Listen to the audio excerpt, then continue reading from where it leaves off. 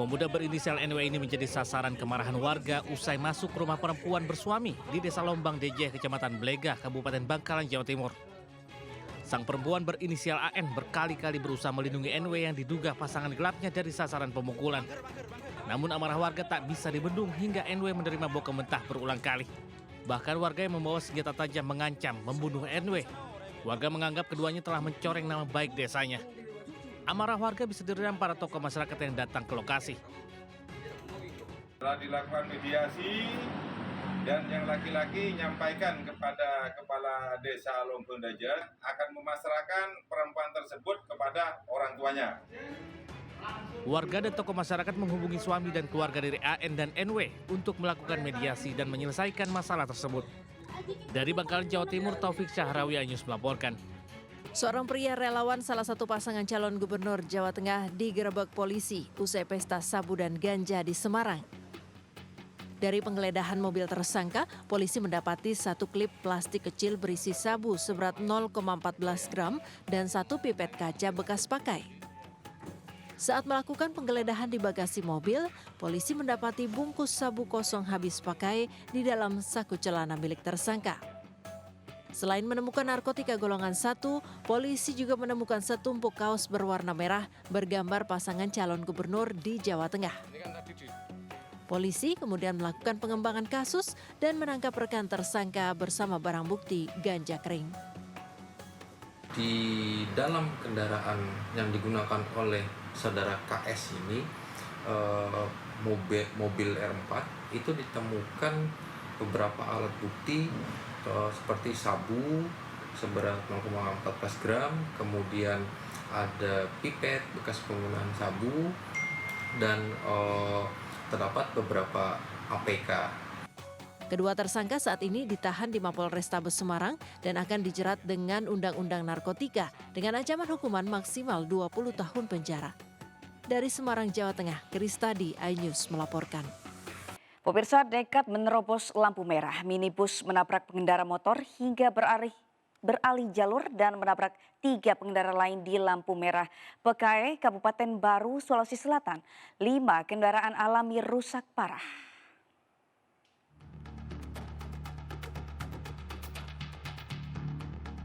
Kamera pengawas lampu merah PKE di Kabupaten Baru, Sulawesi Selatan merekam saat minibus berwarna merah menerobos lampu merah lalu menabrak pengendara motor.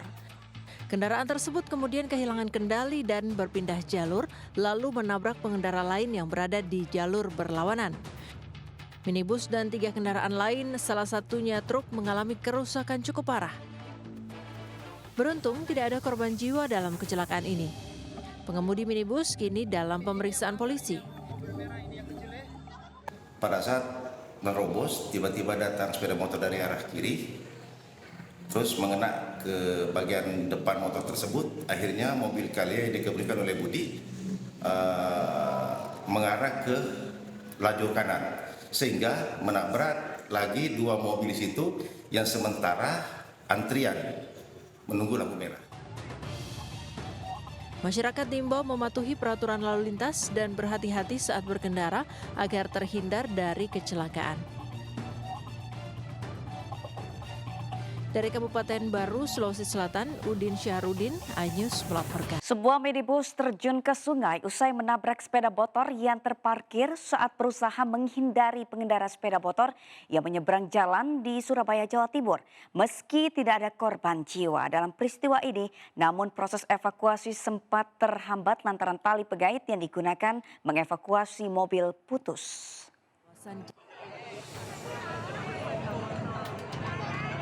Inilah mobil yang dikemudikan Andi Gunawan, warga Mulyosari Prima, Surabaya, yang terjun ke sungai di kawasan Jalan Mulyorejo, Surabaya, Jawa Timur.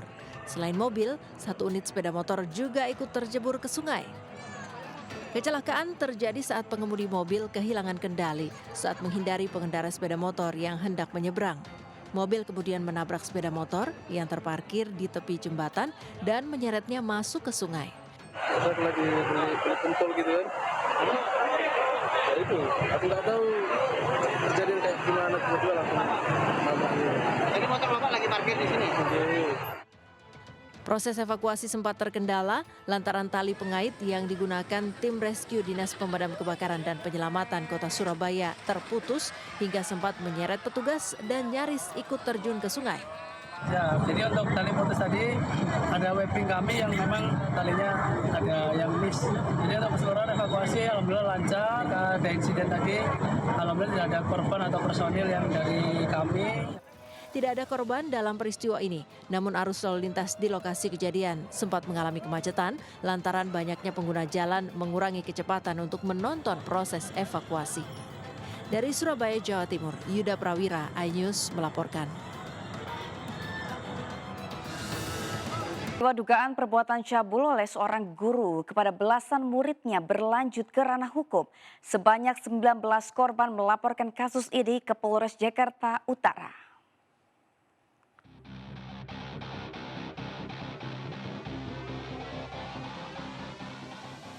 Didampingi sejumlah guru, sebanyak 19 orang siswi sekolah menengah mendatangi Polres Jakarta Utara untuk membuat laporan dugaan pelecehan oleh salah seorang guru. Setelah membuat laporan polisi, para korban selanjutnya melengkapi laporan dengan catatan visum di Rumah Sakit Cipto Mangunkusumo. Modus pelaku melakukan pelecehan dengan dalih mengajari alat musik angklung dan menghafal lagu nasional. Meski kasus dugaan pelecehan masih dalam pengusutan pihak berwajib, akan tetapi penjabat Gubernur Jakarta Heru Budi Hartono memerintahkan Kepala Dinas Pendidikan untuk menjatuhkan sanksi tegas. Saya sudah minta kepada kepala dinas yang hal seperti itu ditindak tegas nanti mekanisme administrasi melalui inspektorat. Dugaan pelecehan terhadap belasan siswa sekolah di Jakarta Utara terungkap dari viral video seorang guru berbuat tidak senonoh terhadap salah satu korban. Saat ini pelaku yang merupakan guru non-ASN telah diberhentikan oleh pihak sekolah. Dari Jakarta, Tim Liputan iNews melaporkan.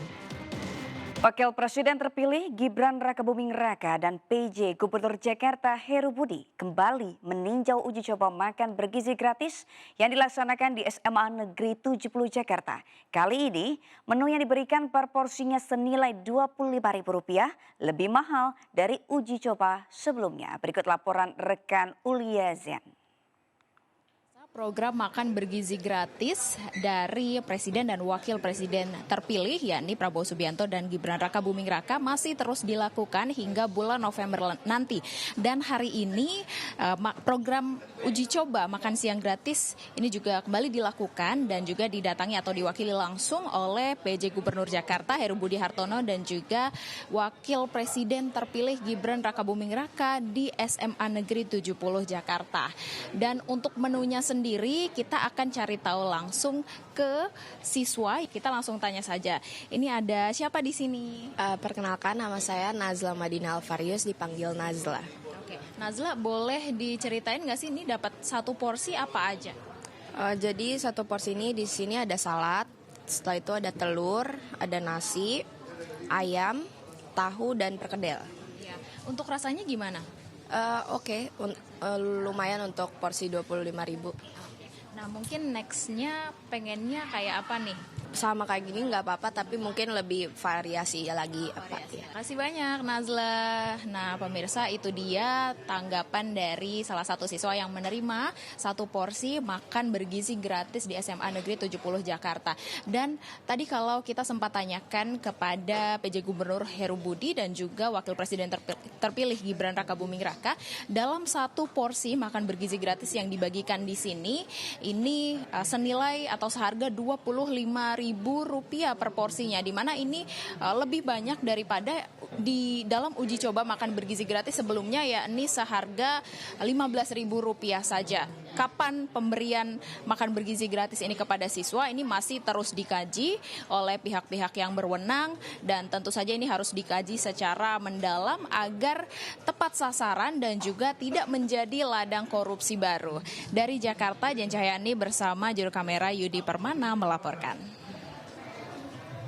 Pemirsa, program unggulan Presiden terpilih Prabowo Subianto yakni makan bergizi gratis terus diuji cobakan ke sekolah-sekolah di Jakarta. Yang terakhir, makan bergizi gratis diuji cobakan di SMA 70 Jakarta dengan budget per porsi Rp25.000. Apa gambaran menu dalam program ini dan berapa besaran anggaran yang dibutuhkan? Selengkapnya dalam infografis berikut ini, pemirsa. Uji coba makan bergizi gratis dilakukan dengan 3 harga, yakni Rp15.000, Rp25.000, dan Rp20.000. Untuk harga Rp25.000, menu yang diberikan dalam uji coba di SMA Negeri 70 di Jakarta adalah nasi, ayam, teriyaki, perkedel, tahu, salad, dan pisang dengan total kalori sekitar 780 kilokalori.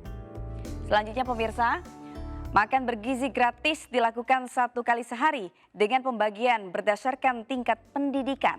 Untuk PAUD hingga kelas 2 SD jam 8 pagi, kelas 3 sampai 6 SD jam 9 pagi. Sedangkan untuk tingkat SMP dan SMA jam 12 siang. Selanjutnya pemirsa, Badan Gizi Nasional rencananya akan menggelontorkan anggaran senilai Rp1,2 triliun setiap hari untuk menjalankan program makan bergizi gratis. Program ini rencananya akan dieksekusi setelah Prabowo dilantik sebagai presiden, tepatnya mulai Januari 2025 secara bertahap. Untuk mengerjakan program ini, Presiden terpilih Prabowo Subianto akan melibatkan 1,5 juta tenaga kerja. Demikian infografis kali ini pemirsa, kita beralih ke informasi selanjutnya. Setelah pemirsa bosan dengan menu ayam yang itu-itu saja, jika Anda bisa mencoba menu ingkung tenong yang menggunakan ayam kampung di kawasan Bantul, daerah istimewa Yogyakarta. Empuknya ayam dengan rempah yang melimpah akan menggugah selera makan Anda.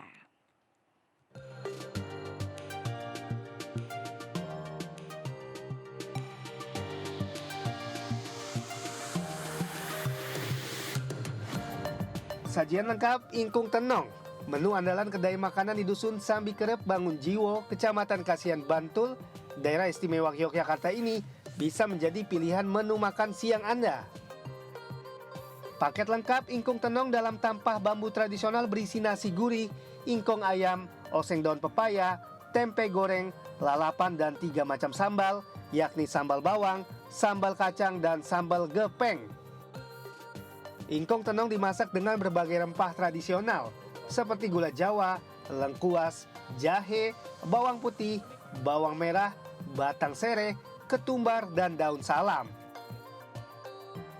Agar aromanya khas, ingkung ayam tenong dimasak secara tradisional dengan tungku kayu selama 1 jam.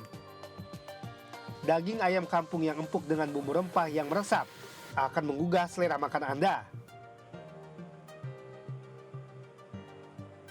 Karena rasanya enak, terus harganya masih affordable, terus tampilannya juga menarik lah. Estetik sih Mas, kalau misalkan buat anak muda itu kayak wah cocok nih, sebelum dimakan bisa buat di foto-foto jadi konten sosial media, itu kayak menarik banget. Penyajiannya unik, ada kacang, sambal, sama daun katesnya. Kalau suasananya Mbak gimana Mbak di sini Mbak? Suasananya sama seperti namanya, teduh. 1 porsi lengkap ingkung tenong dibanderol Rp145.000 dan bisa dinikmati oleh 3 hingga 4 orang. Dalam sehari, kedai makan ini bisa menjual 20 porsi ingkung tenong. Kita menggunakan pakai tampah yang kita namakan itu tenong, Pak. Jadi tenong itu sebenarnya tempat dimsum, tapi kita sulap jadi wadah ayam dan beberapa macam sambal, oseng daun pepaya, dan nanti ada tempenya. Bagaimana? Anda tertarik untuk mencoba ingkung tenong?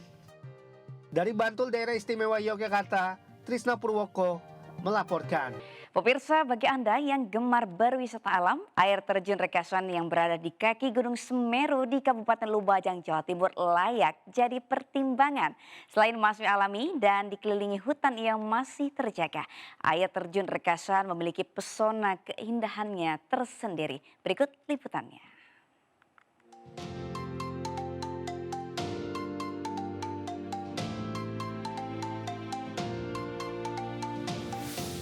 Yang dicari akhirnya ketemu. Lokasi wisata ini masih alami dan nyaris belum tersentuh tangan manusia. Namanya Air Terjun Rekasan, Desa Jambe Kumbu, Kecamatan Pasru Jambe, Lumajang, Jawa Timur. Berada di tengah hutan, di kaki Gunung Semeru, keindahan Air Terjun Rekasan bak surga tersembunyi yang akan membuat kagum siapapun yang melihatnya. Air terjun setinggi 15 meter ini juga tampak eksotis dengan dinding batu yang terbentuk secara alami di kanan kiri air terjun. Wisatawan pun akan dimanjakan dengan hawa sejuk dan segarnya udara khas kaki Gunung Semeru. Selain itu, Air Terjun Rekasan juga menjadi surga bagi wisatawan yang hobi bersuah foto karena keindahannya bisa dinikmati dari sudut manapun. Di sini udaranya sejuk, pemandangannya juga bagus, kemudian cocok buat spot foto. Kalau jalannya tadi gimana? Tadi treknya cukup menantang, cuman nggak sampai 10 menit bisa nyampe sini kok. Sebagai informasi, Air Terjun Rekasan ini hanya berjarak sekitar 20 km dari pusat kota Lumajang. Dan asiknya, pengunjung tak perlu membayar tiket masuk alias gratis. Dari Lumajang, Jawa Timur, Yayan Nugroho, iNews melaporkan. Sahabat Menteri Pariwisata dan Ekonomi Kreatif Sandiaga Salahuddin Uno mengunjungi gelaran Custom Fest 2024 di Jogja Expo Center Yogyakarta. Ajang ini menjadi wadah bagi para pelaku ekonomi kreatif di bidang otomotif untuk memamerkan karya-karya terbaiknya agar dapat tembus ke pasar global. Menparekraf Sandiaga Salahuddin Uno terkesan dengan puluhan motor custom karya anak bangsa yang dipamerkan dalam event Custom Fest 2024 di Jogja Expo Center Yogyakarta. Menparekraf bahkan sempat menjajal motor custom garapan Retno 3-wheeler berwarna kelir hijau lumut dengan 3 roda. Ajang tahunan yang telah berjalan untuk ke-13 kalinya ini diharapkan dapat menarik kunjungan wisatawan mancanegara untuk datang ke Yogyakarta, serta turut berkontribusi dalam mendongkrak sektor pariwisata dan ekonomi kreatif yang berkualitas dan berkelanjutan. Karena kita ternyata sangat dikenal untuk kemampuan craftsmanship-nya itu atau kerajinan tangan kita ini sangat-sangat diunggulkan. Ini merupakan anugerah yang harus kita terus kembangkan ke depan. Dalam kunjungan kerjanya ke Yogyakarta, Sandiaga Uno turut menghadiri acara Beparekraf Developer Day 2024.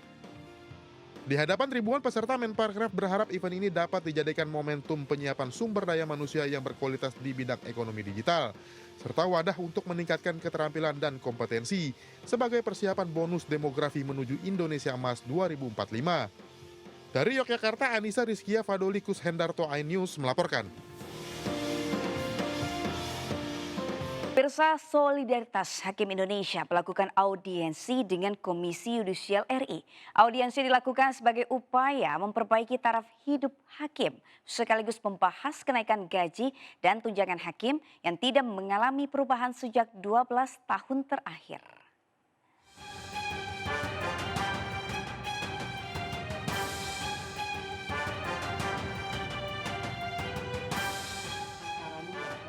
Puluhan hakim dari berbagai daerah yang tergabung dalam Solidaritas Hakim Indonesia Rabu pagi melakukan audiensi dengan pimpinan dan anggota Komisi Yudisial RI untuk membahas tuntutan para hakim se-Indonesia.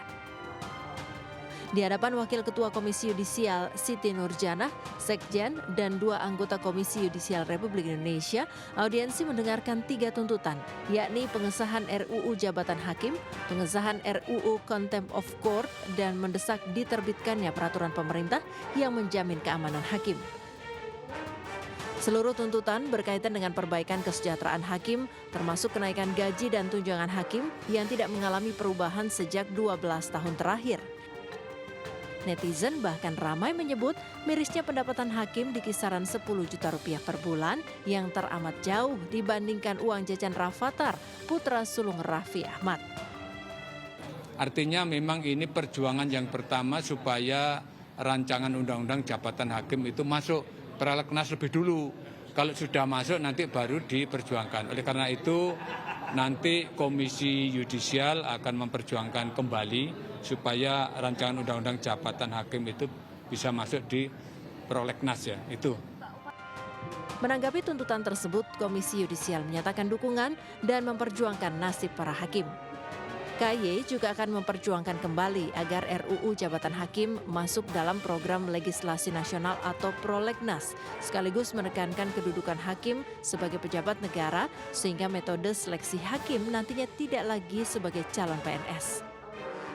Yang pasti kita melihatnya ada respon positif dan responsif juga dari KY. Ya semoga kita sih dari SHI senantiasa tetap akan dari 7 sampai 11 ini ya, kita akan melakukan berbagai banyak audiensi seperti itu gitu. Kita berharap ya KY selaku mitra dari Mahkamah Agung dan juga dari ya pasti dari SHI sendiri bisa terus mendorong sebagaimana yang sudah kita ajukan dalam tuntutan ya, empat isu besar yang dibawa SHI mengenai revisi PP 94, Undang-Undang Jabatan Hakim, Contempt of Court dan jaminan keamanan hakim. Sebelumnya sejak 7 Oktober 2024 hingga 11 Oktober 2024, ribuan hakim se-Indonesia melakukan mogok kerja alias cuti massal terkait tuntutan kenaikan gaji dan tunjangan hakim yang tidak mengalami kenaikan sejak tahun 2012 lalu. Dari Jakarta, Stephen Patinama, Muhammad Zulkarnain, iNews melaporkan. Wakil Presiden terpilih Gibran Rakabuming Raka mengungkapkan dirinya turut serta dalam penggodokan kabinet pemerintahannya bersama Prabowo Subianto. Penyusunan kabinet itu menurutnya sudah hampir rampung. Oh ya nanti ya. Gibran menegaskan dirinya juga ikut terlibat dalam penyusunan kabinet pemerintahan untuk 5 tahun ke depan. Namun ia belum membeberkan bocoran nama para menteri yang akan bergabung di kabinetnya. Meski begitu, Gibran menyebut penyusunan kabinet pemerintahannya bersama Prabowo Subianto sudah mencapai hampir 100%. Sebelumnya Presiden Joko Widodo sekaligus ayah dari Gibran enggan berkomentar soal kabinet pemerintahan Prabowo Subianto mendatang. Menurutnya hal itu merupakan hak prerogatif Presiden. Diketahui beberapa parpol yang tergabung dalam koalisi Indonesia Maju ramai-ramai sudah menyentorkan nama calon menteri ke Presiden terpilih Prabowo Subianto. Masa kampanye pilkada dimanfaatkan para cagup-cagup Jakarta untuk sowan ke lembaga-lembaga keagamaan. Kemarin, pasangan Pramono Rano menemui pengurus Nahdlatul Ulama se-Jakarta. Sebelumnya, cagup nomor 1 Ridwan Kamil juga mengunjungi petinggi Majelis Ulama Indonesia Jakarta.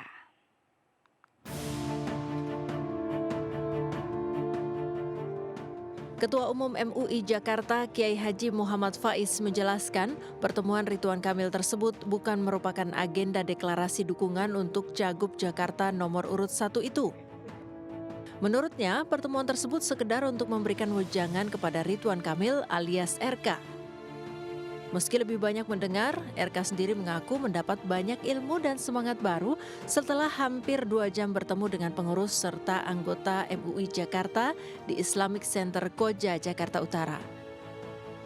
RK mengungkapkan pembicaraan membahas berbagai hal mulai dari masalah keumatan, anggaran, hingga lingkungan. RK berjanji akan mendengarkan semua curahan hati, ide, gagasan, dan masukan, bahkan kritikan dari warga Jakarta. Tidak hanya dengan MUI Jakarta, RK juga memastikan akan bersilaturahmi dengan organisasi keagamaan lainnya, diantaranya dengan Persekutuan Gereja-Gereja Indonesia atau PGI, HKBP, Organisasi Konghucu, Hindu, dan Buddha. Soan ke lembaga keagamaan selama masa kampanye pilkada juga dilakukan pasangan Cagup-Cawagup Jakarta nomor urut 3 Pramono Anung Rano Karno. Kemarin, Pram dan Rano bertemu dengan pengurus Nahdlatul Ulama se-Jakarta. Dalam pertemuan yang berlangsung di kediaman Kiai Haji Muhyiddin Ishak di Cilandak, Jakarta Selatan itu, mereka membahas komitmen untuk meningkatkan gaji guru honorer setara dengan UMP. Pramono Rano juga berjanji memperhatikan kesejahteraan sekolah negeri mulai dari madrasah hingga pesantren. Dari Jakarta, Tim Liputan iNews melaporkan.